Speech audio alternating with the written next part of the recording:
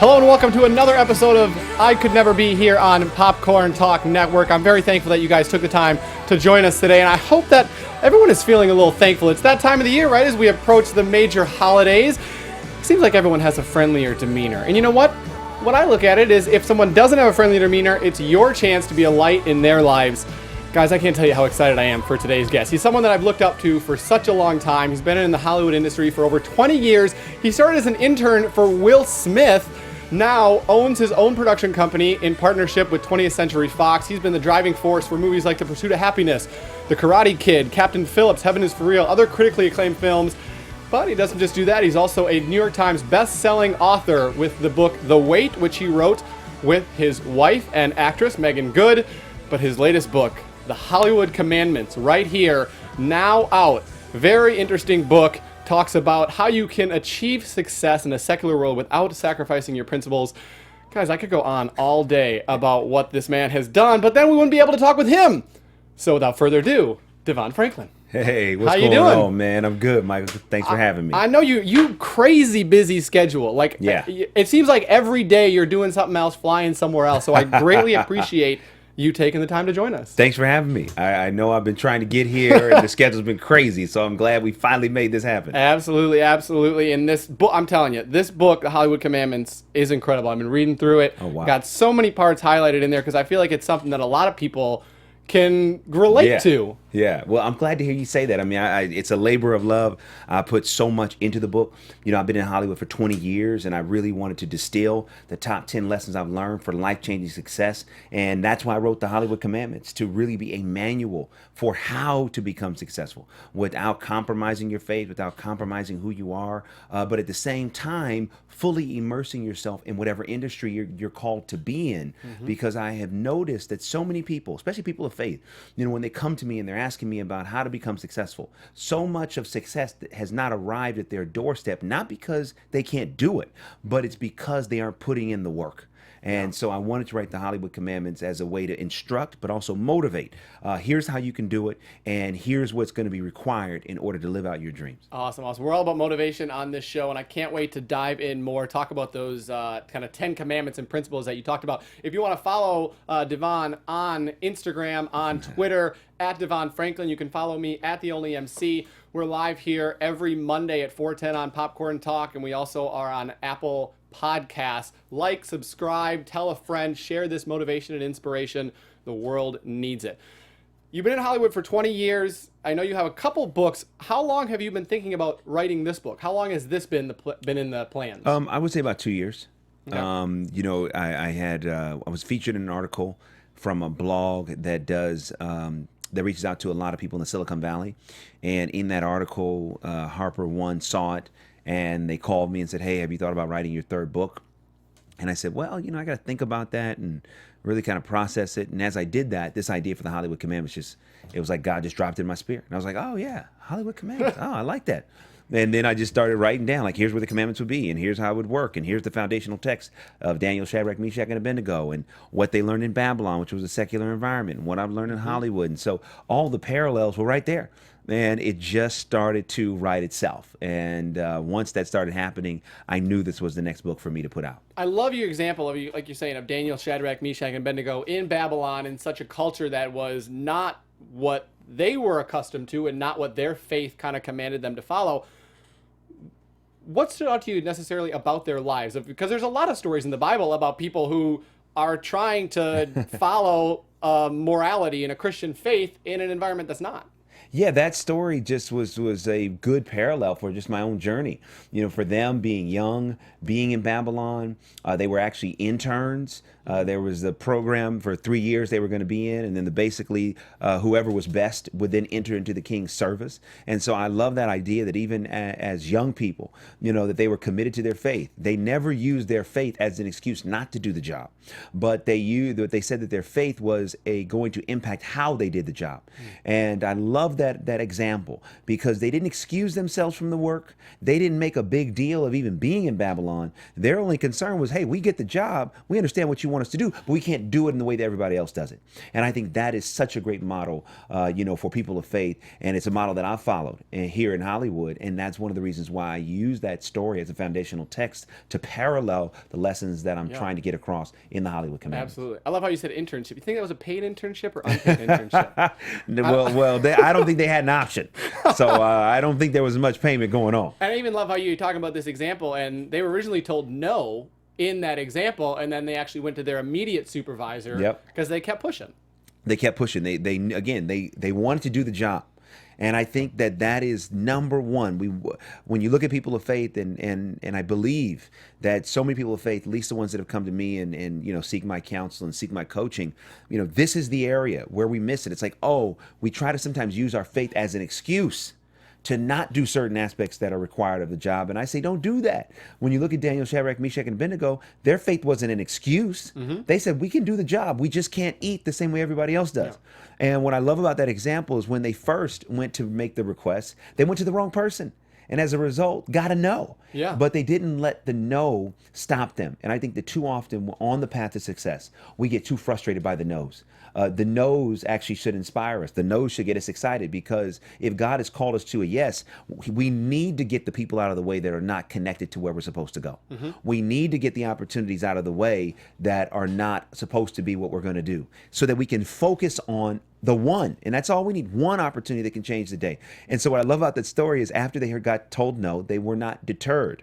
They stayed patient and they stayed perseverant, and they went to, as you mentioned, their immediate supervisor. And here's what they did. They framed their request. Before, the request was not framed. They just said, hey, can we do our job but eat our diet, because we can't eat the king's diet because we're vegetarian and we don't drink.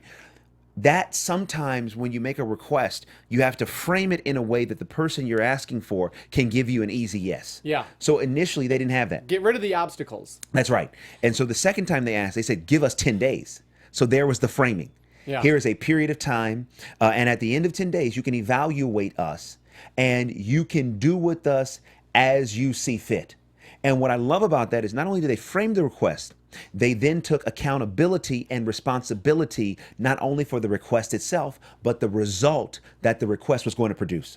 And I love that, because I think we have to be in a time where we are accountable for our actions, where we are responsible for the decisions that we make. Our life becomes the sum total of our decisions and of our choices. And in that story, they were given the opportunity, they got the yes. And after 10 days, their immediate supervisor saw, oh, wow, you guys are far surpass anyone else in the internship program. And as a result, we'll let you keep your diet throughout the duration of the internship. And at the end of the 3 years, they were entered into the king's service because they were proven to be better than anyone else in the program. They stood out. And so I love it because they took their spiritual teaching and combined it with secular principles. And as a result, they became successful. And that's the same thing that I do with the Hollywood Commandments. I was going to say, and one of the things you talk about in the book is your difference is your destiny. And you say in that of like that 3 years, that difference that they had, that they could have been like, you know what, we'll sacrifice that difference. We'll eat whatever you want, drink whatever you want. But that difference ended up being their destiny. Absolutely. And I think all of our differences is our destiny. Too often we exchange what makes us common for what makes us different. We exchange what makes us different for what makes us common. And I've been in Hollywood for 20 years, I've been Christian since I was a young teen. I've been black all my life. and these are all my differences. And there were times in my career where I was contemplating, do I shave down the edges of my difference? Do I not lean into, being black, being African American? Do I not lean into being Christian? And do I just try to play for the middle? And every time I played for the middle in my career pursuit in Hollywood, there was no peace. There was no contentment, because I realized that I was sacrificing vital parts of my essence, vital parts of my identity, vital parts of my absolutely. And so as I began to own my difference, own the fact that I come from a great African-American culture, own the fact that I come from a great Christian culture, and say, this is who I am, and not be afraid of that. When I did that, life began to open up, because my differences began to get sharp. So I began to get so sharp that I could cut through. And this is why I wrote commandment number 8 in the Hollywood Commandments, to encourage people, own your difference, own who God created you to be. Don't try to be like somebody else. Continue to harness the power within, and that will be your path to wherever you're supposed to be. The whole book talks about, for people who want that success. And it seems in culture, and we talked about this, before the show, is that people, I don't know if they see the Bible wrong, or they see, like you said, they see it through their own perspective. But what is it about success and achieving success in the world that some Christians are like, ooh, I don't know if I should do that, or I don't know if I would feel right attaining this success? What is that? Yeah, I think sometimes it comes down to how we were taught the Word of God, how we were taught to view Jesus. And sometimes that teaching are like glasses. And so even when we read the Word, we don't necessarily read the Word for what the Word says. We read it with those glasses on. So through the lenses in which we were taught. And I do think that when you go back to the essence of the Word, you see that there's a lot of things that we were taught that just aren't what the Word says. Yeah. So, we love that text where Jesus says, be in the world, but not of it. So the church says, don't be of the world. Yeah. That's not what be in it. Yeah. Be in it, because That's the first part. That's the first part. That's the first part. You're in it, but you understand where your origin is. You know where you come from. So it's very interesting to be in this room, right? But we're not of this room. Right? We didn't come from this room. We came from God, but we're in the room in order to make an impact and make a difference. And so it's the same kind of dynamic. And I do think that whatever we can't engage or we don't engage, we can't transform. And I think because of the teaching of secular environment and be afraid, so many generations of well-meaning Christians have not lived out their full purpose because they were afraid of an environment that God had already ordained them to conquer. And that's why I wanted to write the Hollywood Commandments to say, listen, even no matter what faith you are, but even as a person of faith, as a Christian, you got to go. You got to do everything God called you to do, and you got to stop being afraid. I don't understand it. As people of faith, we hear about faith every single time we go to church. Yep. It's part of our DNA, but we're the most scary people ever. Yeah. We don't want to walk by faith. We don't want to, lead by faith and work by faith. And that's why I wanted to write the book, to say, listen, we got to get it together. We got to start walking and living out what we say we believe in. And when we do, part of what's going to happen is we're going to have to immerse ourselves in whatever industry we're supposed to be in. And not only do it because it's what we want to do, but it's what God is calling us to do. Because if we're supposed to be salt and light, that means we got to get out into these environments, period. If salt stays in its shaker, it cannot operate according to its function. It has to be put on something. Light cannot shine in light. Light has to go in darkness. So as people of faith, we can't be afraid of it. And I think sometimes the reason why we are is because of how we were taught. And that's one of the things that I talk about with this show is you're not even just doing it for you. You're doing it for the impact that you're having on the rest of the world. And so one of the things, in the show and talking about people and saying, if you give up now, and I look at, I use the example of like Morgan Freeman, who he didn't get his main acting role till way later in life. If 25 or 30 or 35-year-old Morgan Freeman would have quit, you're depriving the world of the films that you have. And just like in this, if you stay timid, you are depriving the world of the impact that you're going to have. And specifically for this case in spirituality, you're depriving the world of what the Lord wants it to see in the light. That's right. That's right. And not only just depriving the world of those things, but you're also depriving the world of your gift. Yeah. I mean, think about how incredible the gift of Morgan Freeman is. Yeah. Think about his talent. Yeah. Think about how the world may not have had a chance to experience that if he had quit. Look at Sam Jackson. Same kind of thing. He didn't really get his break until much later in life, but he just kept showing up. And I encourage, commandment number 3 is you have to carry a crown before you wear one. And in that commandment, it's all about the power of service. We all want the throne and we want the crown, but no one wants to work for it. And what I put in there is that we have to commit to the process of success. I wanted to be a producer from the day I started Hollywood. I started at 18 years old. I didn't become a producer until I was 36 years old. That is 18 years of showing up, working, just to get to the starting line. Yes. Right? Yeah. Having no idea when this thing's going to happen. If I quit at year 9, I wouldn't be here right now. If I quit at year 10, I wouldn't be here right now. If I quit at year 15, I wouldn't be here right now. So I love to talk about that because everything you're saying is correct, that we have to commit to the process of success no matter how long it takes. And God, one of the things that he does, because it works in concert with our faith, he doesn't tell us the when it's going to happen. Because if he did, we then would say, oh, okay. Yeah, okay. Now, okay, got it, cool. If it's going to happen and I know when it's going to happen, then we probably would slack off. Yeah. We're like, oh, cool, I don't need to work I that can hard take today. this day off because in a month it's going to happen. That's right. So because the when is his business, the how and the faith and the do is our business.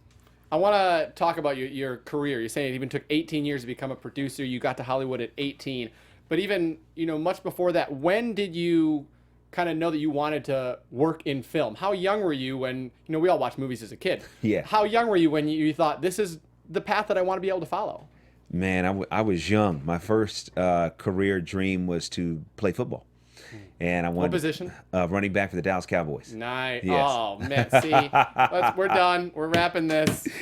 Sorry, man. I'm sorry. I know you're from West Virginia. So what does that mean? What team is that? New England? I'm from Wisconsin. Oh, Wisconsin. Okay. So my Packers are hurting right now with Aaron Rodgers, but in a couple weeks, we'll get him back. But hey, the Dallas Cowboys need a running back. Zeke's out for 6 weeks now. Oh, so it finally went through. So, yeah. So this could be your opportunity. Don't be timid. Right, man, and and let me tell you, let me go do that, and y'all ain't gonna see me no more, man. That's fake. I will be in that wheelchair. I am not football ready, but I knew as a kid that's what I wanted to do, and it was either football or Hollywood. And freshman year in high school, I went to try out for the football team. And I got knocked unconscious in the first scrimmage. Wow. Yeah. And when I woke up, I was like, okay, God, Hollywood it is. Hollywood it is. And from that moment to this, that has been my singular pursuit. Now, what's interesting in the journey was the goal at the time, and the goal still now, is to make change. I really viewed Hollywood as an inspirational medium, a medium that was influencing, people and billions of people all around the world. And I just wanted to be a part of that industry that could change hearts and minds in a positive way. That's what I wanted to use the industry for. Now, as I was pursuing Hollywood, I have always had the ability to communicate. That's just a natural gifting. I would run for, student government at school and would win, and had the ability to really, debate and convince people of my point of view. And then when I was 15, the church that I grew up in, Wings of Love Maranatha Ministries in Oakland, they said, hey, we want you to preach for our youth day. So I was like, all right, I was the most outspoken of my group. And so I preached, and everybody was like, oh my goodness, that's amazing. You need to become a minister. I was like, no way. They're like, you need to go into ministry. I said, nope, I'm going to Hollywood. And they were like, but my pastor would say, you can run, but you can't hide. I said, well, I'm running real fast because I don't want to have nothing to do with this. And so I came to Hollywood. Why was that? Because it wasn't my passion. Mm-hmm. And also I saw my uncle in his life, and he ministry's hard. Yeah. People see the sexy part of ministry where it's like, oh wow, it looks great, and the music and the people. You're a televangelist. Yeah, it's great, but then behind the scenes, it's hard because you invest your life into people, and when people want to hear from you, they are engaged, but when they don't, they just leave. And it's heartbreaking when you're investing so much in somebody that at any given moment they can just say, "Oh, I'm no longer coming to your church," or "I didn't like when you did this," and I leave. So part of that, seeing that hurt, was something I didn't want to go into, and also I just felt like Hollywood was where I was supposed to be. Now, as I pursued Hollywood, because I discovered that ministry was actually a passion in me, but not in a traditional sense. Yeah. So when I graduated USC, I became an assistant at Will Smith's company, and my uncle said, would you come up once a month to preach? And I didn't want to do that, but I thought, oh, okay, well, I can still do my job, my day job, and I can do this once a month. I can do that. It'll appease the family, too. There you go. Family was like, okay, DeVon, we'll allow you to keep your membership. So I started doing that once a month. And people at work started finding out. And so what was interesting is they said, well, hey, can we do Bible studies during lunch? And, hey, I'm having a problem. Can you pray with me? And it got to the point at my first job out of college where even Will Smith, even to this day, he won't call me DeVon. He'll be like, what's up, preacher? What's up, Rev? What's going on? So I said, wow, this is so interesting to me to be in Hollywood, and all of a sudden ministry is the lens through which people view me. And I thought, that's fascinating. I never saw that happen. You never saw the two combining? No, really? Never. It was never a plan. ever, ever, ever. I knew I wanted to make inspirational content. I knew I wanted to make a positive impact, but I never thought like, oh, this is how I'm going to do it. And so today, for my life and my livelihood and the things that I'm building to be a strong combination of spiritual and secular is surprising, but also very gratifying for me. Is there a hump in Hollywood where, people, or you maybe, even for you, you talk about people starting to be like, oh, well, you're a preacher. Did you ever worry about getting put in a box for your beliefs? I mean, no matter whether you're a Christian or whatever faith you have, or just if you have strong beliefs of a different kind, sometimes you worry that if you express them too much, you'll get put in a box. Is that something that you ever worried about? Here's the thing. Everybody puts us in a box. And when I say us, I don't mean us as people of faith. I'm just saying you may not realize it, but the moment someone meets you or they meet me, they put you in a box. A box of how they perceive you, a box of what they think of you. And that box can be neither good nor bad, but it's a box nonetheless. So for me, understanding that, then I can't really be afraid of whatever box someone wants to put me in. The challenge is for me not to put myself in someone else's box. So they can put me in whatever box they want. I know what box I'm in. And I know what box I'm not. In the Hollywood Commandments, I talk about we have to recycle the box that others, try to put us in. And so for me, at first when I was navigating Hollywood, especially once I got to the studio, into the studio system, I became a studio executive at MGM, and then I became a studio executive at Sony Pictures. Initially, there was a concern, like, okay, it wasn't even a concern about being pigeonholed for my beliefs. That was not my issue. It was about being pigeonholed for my race. It was like, oh, okay, because I'm black, a lot of people would send me projects, that featured African-American cast and African-American themes and those and so on and so forth. And at first I was like, well, listen, I'm an executive. I like to make all kinds of movies. And so I didn't know how to handle that. And as I began to get more of those submissions, I began to say, okay, maybe there's actually power in the pigeonhole because I can specialize in an area that others don't know. And as I began to lean into that, and then as I began to lean into faith, the first movie I worked on at Sony was The Pursuit of Happiness. And so there's a film that is absolutely African American and absolutely inspirational in faith.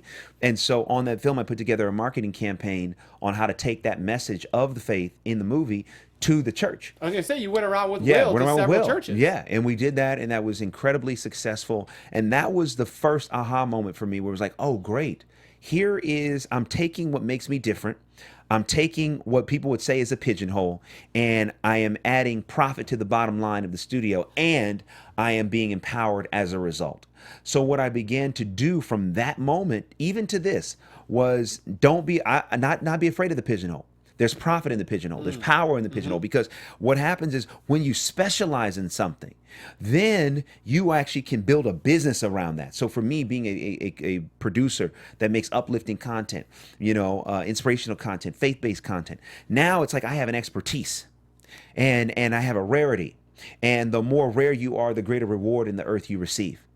So it's important to not be afraid of the pigeonhole, but to know how to utilize it to propel you into your purpose and not keep you from it. And then when you excel in that pigeonhole, people will give you the opportunity to do other projects as well. Absolutely, because at the end of the day, in Hollywood especially, if you're someone that is successful and you've made projects that work, then that allows you to expand.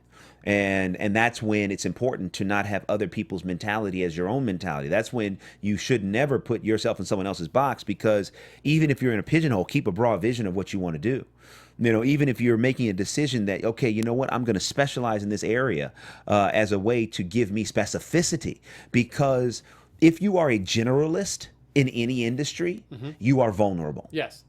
Because when they go to make cuts, when they go to look at how they can improve profitability and reduce the workforce, the first people they look at, okay, well, who are the generalists? Who are the people that are interchangeable? The ones that have a much more difficult time being let go are the ones that are different, the ones that are unique, the ones that specialize. So it's so important to not be afraid of those things, but to embrace it as a way to become who you're destined to be. So in the book, obviously it follows your life over 20 years, and especially the life of being kind of a Christian in a secular society.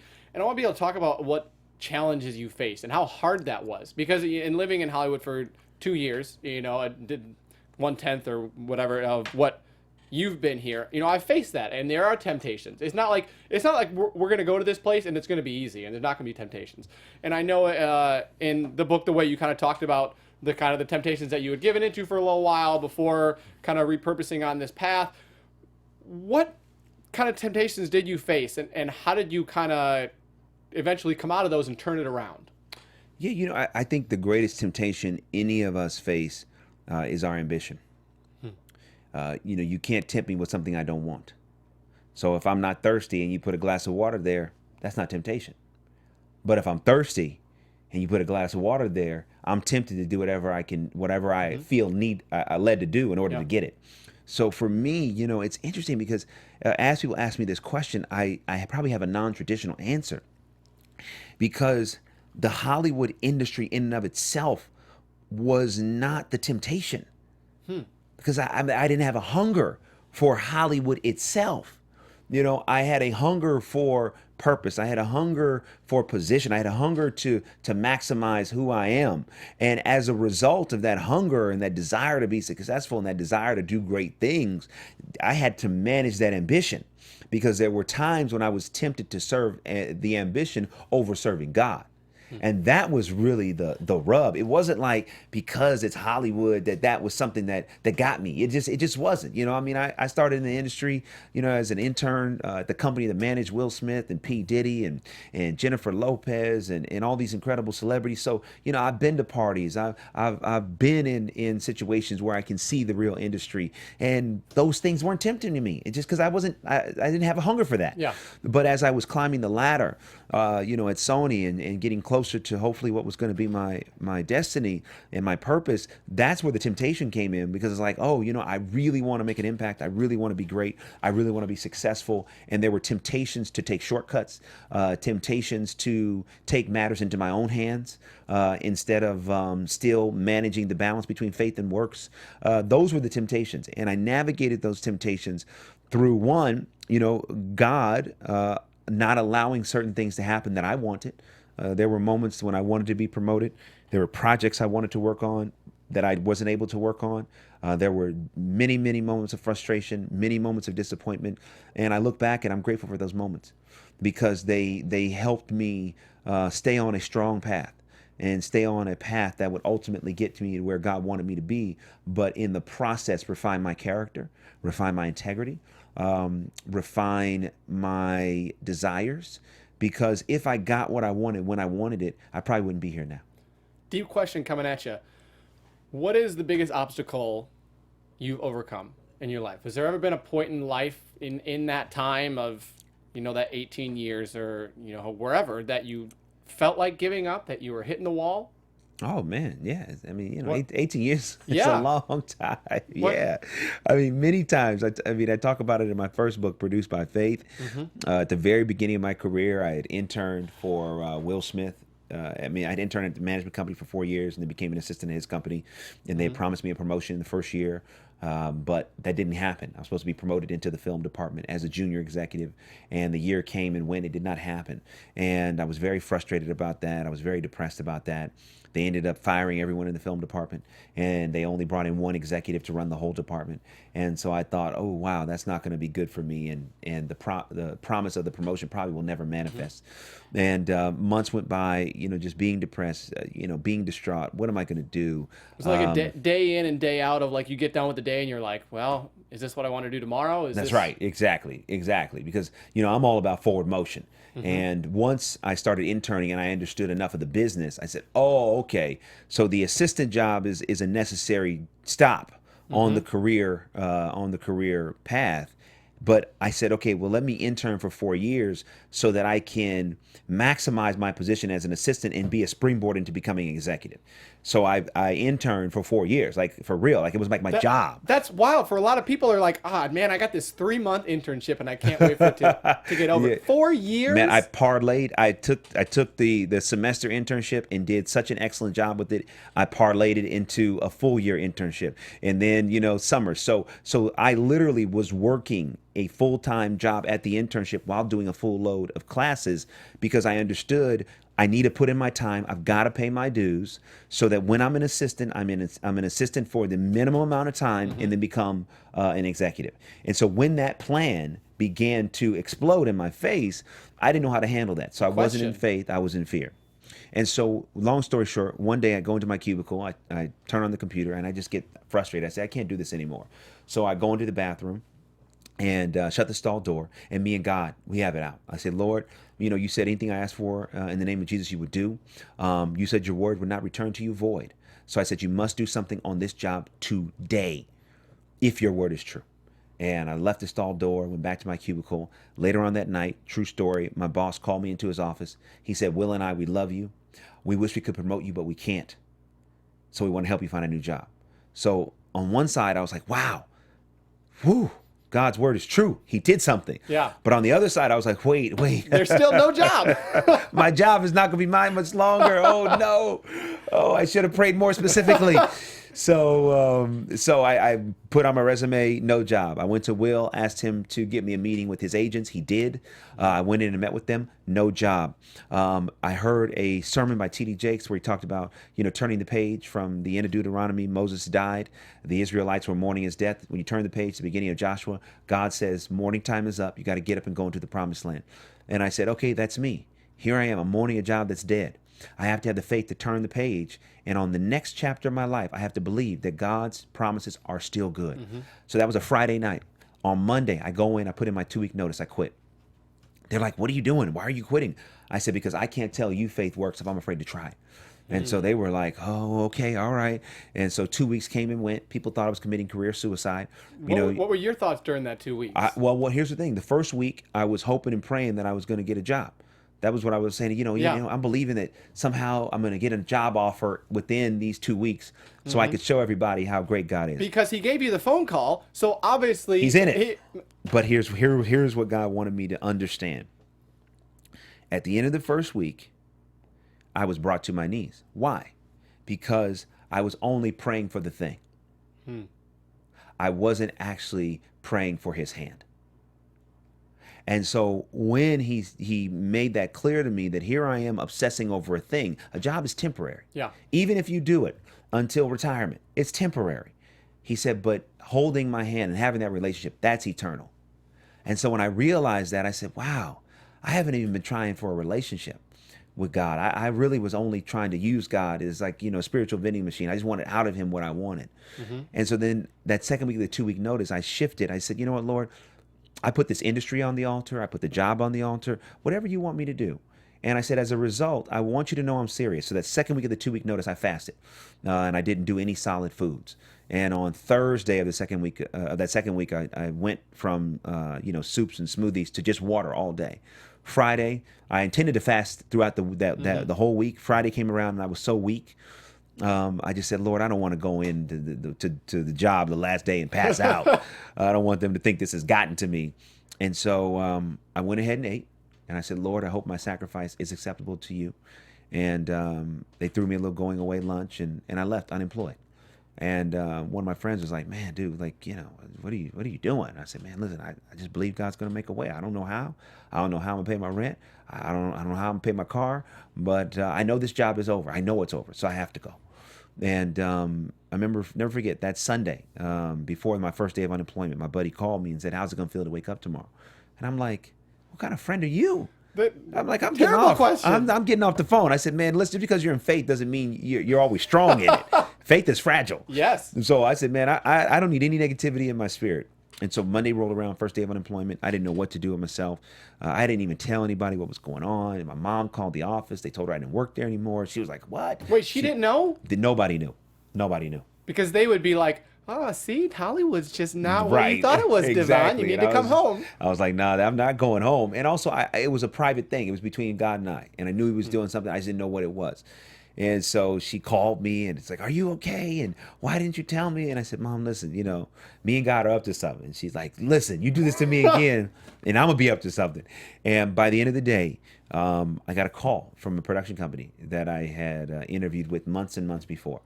And they said, hey, we're so sorry it's taken so long to get back to you, but we'd love to offer you an executive position. Wow. with our company, the same equivalent position I was gonna get at Will's company. Yeah. And they said, "Do you want it?" I was like, "Yes, thank you, Jesus. Yes, yes." And that lesson and why I share it as it relates to just an obstacle, that lesson was, this career it's not about preaching faith. It's about living faith. Mm-hmm. And if I don't become an expert in my life on faith, I'm unqualified to talk about it. So the obstacles that I faced are stepping out in faith and trusting that it's time and not knowing how it's going to work out. So I didn't know I was going to get that job. I had no idea, but I did it. Back in 2014, I quit working for Sony. Mm-hmm. I quit as an executive to start my company. Right after Miracles from Heaven. After Heaven is for Real. Heaven is for Real, yeah. I didn't know how that was going to work out. I didn't know. But I felt like, you know what? It's time to go. Before Miracles from Heaven came out, I moved the company from Sony to Fox because I just felt like, it's time to make a move. So, the greatest obstacles are trusting. That's why commandment number 5 is your gut is hiding God. The gut, yeah. You got to trust what you hear. And then when you hear it, you can't be afraid to act on it. What drives you? Is it that gut feeling? Is it the faith in your whole time of knowing that, you want to be a producer and this is the path that I'm on? What drives you during that time, day in and day out, of that motivation, that inspiration to keep going? I'm a middle child. Ah. We're always fighting for our place, man. That's probably where so much of it comes from. It's just, always like, wanting to, not so much to prove to others, but to prove to ourselves that we can do it, that we're worth something. And so I'm no exception. And I think that's a big part of my drive, is to prove to myself that, I can do great things and that I do have a place. And in addition to that, what I define in the book success as peace. And that's ultimately what I'm on the hunt for, which is the peace that comes from operating directly in the seat of my purpose. And so, that hunger for that peace is what drives me every day. And I feel like, I'm getting closer, but I don't feel like I'm there yet. So, doing the books, doing the movies, being on TV, traveling the country, all these things are a part of it. But I'm still pushing for and hungry for operating in the full seat of my purpose. And that, because I know I'm not there yet, that's what keeps me hungry every single day. Yeah, your quote is peace equals purpose equals prosperity. Yes. So do you think you've attained prosperity, or can you ever attain it fully, or is that something that we should always keep working towards? No, I definitely think there are levels and measures of prosperity. So for sure, I have absolutely attained a measure of peace and a measure of purpose, which has equaled a measure of prosperity. Do I think that there's a greater fullness of each one of those? Absolutely. What is your mindset going forward? And even, past 5-10 years, the next 5-10 years, what is your mindset of what you want to accomplish? My mindset is that, I want to, when people think of me and when people come to me, I want them to come because of hope, inspiration, positivity, practical advice. Like, here is somebody who is committed to doing the very best in life and helping people become their very best. And as a result, we want to partner with him. We want to do business with him. We want to, find a way to help change the world with him. Mm-hmm. And so for me, when I look at the next 5 to 10 years, it's about continuing to scale what I'm currently doing, and continue to have impact. Because that's what it is. It's like I see so many people, I see so many things in the world, and I just want to have an impact. And I want to have a greater influence in order to help create more positive change in the world. And so whatever form that takes, I am committed to. I have learned that I have to stay fluid in how it's supposed to happen. Because I can't see the whole road ahead. I can only see what has been revealed. So I have to stay in faith about the visions that God gives me, the talent that I have, but I have to stay in faith on how it's all going to play out. But my ultimate goal is to continue to scale, continue to have a greater impact and greater influence in the earth. Your impact that you're having now, obviously, as the CEO of Franklin Entertainment, and you're more in control of being able to put out products and movies. What kind of is your guideline of movies and stuff that you put out? Obviously, people, they think of certain Christian films, and there's a wide scale, and it is, I think like you want something to impact the culture, but be a reflection of the culture. And is it tough? And what is your line for products that you put out of, the sex, the drugs, the violence, all that kind of stuff, of making it a Christian film with a lesson, but being able to maybe ride the line? Yeah, I go back to the Word of God. I don't want to make content less impactful than the Word of God. And what did God choose to include in His Word? A tremendous amount. Yeah. There's violence, there's sex, there's adultery, there's murder, there's incest, but it's all with the purpose. It's all to illustrate the battle between virtue and vice. And He didn't pull punches with the storytelling in the Bible, and I don't want to pull punches as a storyteller myself. I never heard it put like that. I love that. But that's the. I mean, we go back to the foundation. Yeah. So that's where it comes down to. It's like, well, what does the story require? For me, ultimately, the content I do is virtue based. Yet sometimes you can't appreciate the virtue unless you understand the vice that virtue has been exposed to, or the vice that virtue has resisted. And I think that is where, many of, when you look at Christian films or faith-based content, that's where it's missed, because it's like we don't want to go into vice. Yeah. Right. We want to hide the vice. Or they'll do a vice that's, like 4 out of 10. Right. 3 out of 10. Like, This was such a struggle. Yeah. So part for me is like, okay, finding stories that can do the heavy lifting, that can speak for themselves, but not being afraid to tell that story in its fullest truth. So for me, it's about following that and seeing where that goes, but not being afraid. That's the number one thing as a storyteller, as a producer, is to not be afraid to follow God as He leads, find great stories that can reach people. Because what happens is that if we sand down the edges of our storytelling, then we dull their impact. So for me, in the films that I'm doing, the television shows that I'm producing, it's all about what's the virtue, what's the purpose. Oh, okay, this is what we're trying to put in the earth. This is what we're trying to put in the world. This is the message. So as a result of that message, then the way that message is delivered takes a different shape based on the story that we're telling. Do you feel pressure as a man of God and someone a lot of people, see on TV and kind of place in a pedestal in the position that you're in? And how do you overcome that pressure? No, I don't feel that pressure. Really? No, not at all. No. I feel the pressure of not fulfilling who I am, not fulfilling my destiny, not maximizing my impact. I feel that pressure, but I don't feel the pressure from others, because I have learned I can't live up to others' expectations, period, in a story, because those expectations shift based upon a wide variety of things that are out of my control.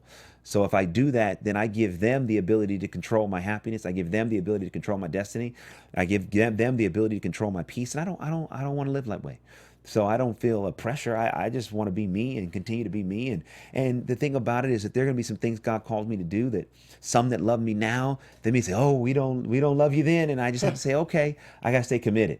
There was a great preacher that gave a phenomenal analogy that I always try to remind myself of.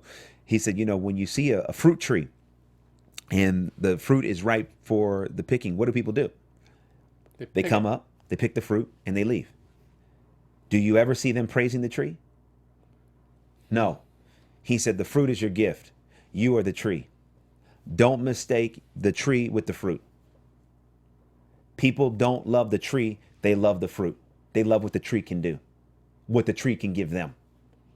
And that idea is also one of the things that has helped me not kind of wade into the pressure to be, because while people love what I do, right? Again, if I make a left turn, they may say, oh, we don't love that fruit. So as a result, and I say, okay, that's okay. I can only produce what God calls me to produce. And sometimes the people are going to love, sometimes they're not, but I don't feel a pressure in that regard. I just feel a pressure to be whoever God has called me to be.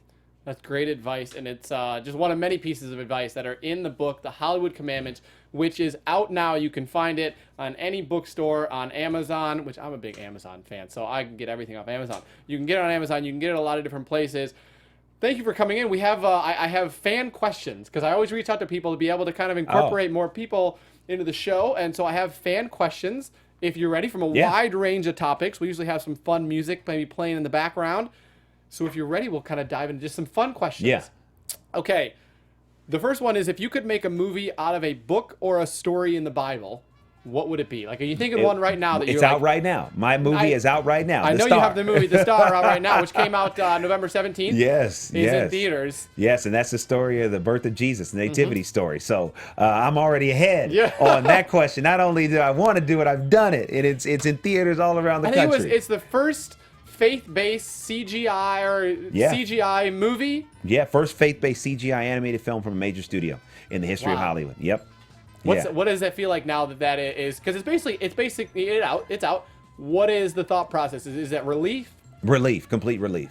That now it's to the world and audiences are finding it and families are loving it. That is the greatest joy, to be able to make content that uplifts and inspires people. Awesome. You do a lot of stuff behind the scenes. I know you were a preacher on Woodlawn, and obviously your wife Meagan is a big-time actress. I know you're working on her Hulu show, Foxy Brown, but is there ever a chance, or do you ever want to be on screen with her or do a project where you're both in front of the camera? That is not on my bucket list. But but hey, if that's what God wants, or if that's what she wants, then okay. But I've never thought about that. What is it like working on Foxy Brown, knowing that you guys are working together on that project? Oh, it's great. It's great because I want her. I love when she operates in her purpose, and I love to help her do whatever I can do for her to continue to do what she's doing. So to be able to do that, with that particular project is fantastic. Nice. Big movie buffs that watch the show. What are your picks for the Oscars? The Oscars in a couple months. We're nearing the end of the year. A lot of great films. Is there a film this year that you loved that you think is good for the Oscars that you think everyone needs to see? Mudbound, is definitely, in the hunt. The holidays is my time to get caught up on all the Oscar movies because I'm an Academy member, so I get all the screeners. So normally it's the best between Christmas and New Year's. I watch them all, so I'll have a better answer after New Year. Final question, because people love hearing stories that they never heard before. You done a lot of work with Will, obviously on the movies, and then working with him very early in your career. You got an embarrassing story? An embarrassing story about Will? No, Will Smith, or a funny story, or something that an adventure you guys went on, or something that people don't know about. Oh man, well, when I first became an executive at Sony, which was the irony to the whole story I was telling earlier, is that people thought I committed career suicide by quitting working at his company. Yeah. And then years later, I became an executive at Sony, and then became the exec that worked on all of his films. Yes. And so the first day on Pursuit of Happiness, now mind you, Will is a friend and a mentor and all that. I know you guys are really close. And so he knew I was going to Sony, and he and I met even before I got to Sony, just to he gave me the lay of the land and gave me some great advice. But on Pursuit of Happiness, it was the first time that I saw him and that he saw me in that capacity as a studio executive. And I there we are in San Francisco, and he was in between takes, and I walk over to him, and I'm like, man, the dailies are fantastic. Now that is for those that don't know, that's like the classic studio executive line to talent. And he said, the dailies are fantastic. He said, what? He's like, dude, you ain't been a suit for a minute. And then he takes me over to JL, who's his producing partner, the guy I used to work for. He's like, JL, DeVon just said the dailies are fantastic. And JL just started busting up laughing. He's like, man, I can't believe it, man. You learn quick, huh? And so for years, he would never let me live that down for years. So that's one of the funny anecdotes that I remember of he and I. Well, it's been amazing just kind of knowing your success story, and obviously the perseverance that you've showed. And again, so much of that is in your first two books, but also the book, The Hollywood Commandments, which is out now. 10 commandments. I love it. Even at the end, there's things to do, things not to do at the end of each chapter. Yes. Makes it really easy. Yes. If you guys would like to follow DeVon away from the show, at DeVon Franklin on Twitter and Instagram. I know you're very active on there, following people and being able to comment. Great way to interact. If you guys like to follow me, at The Only MC on Twitter, on Instagram. Again, we have this show on YouTube. We're also on Apple Podcasts. Comment, rate, subscribe, tell your friends. Love being able to just share positivity in a world that needs it so much. Right. Thank you so much for coming on. It's been a pleasure. Thank you guys for joining us. Enjoy your holiday. Merry Christmas. We'll see you next time. From producers Maria Menounos, Kevin Undergaro, Phil Svitek, and the entire Popcorn Talk Network, we would like to thank you for tuning in. For questions or comments, be sure to visit popcorntalk.com. I'm Sir Richard Wentworth, and this has been a presentation of the Popcorn Talk Network. The views expressed herein are those of the hosts only and do not necessarily reflect the views of its owners or principals.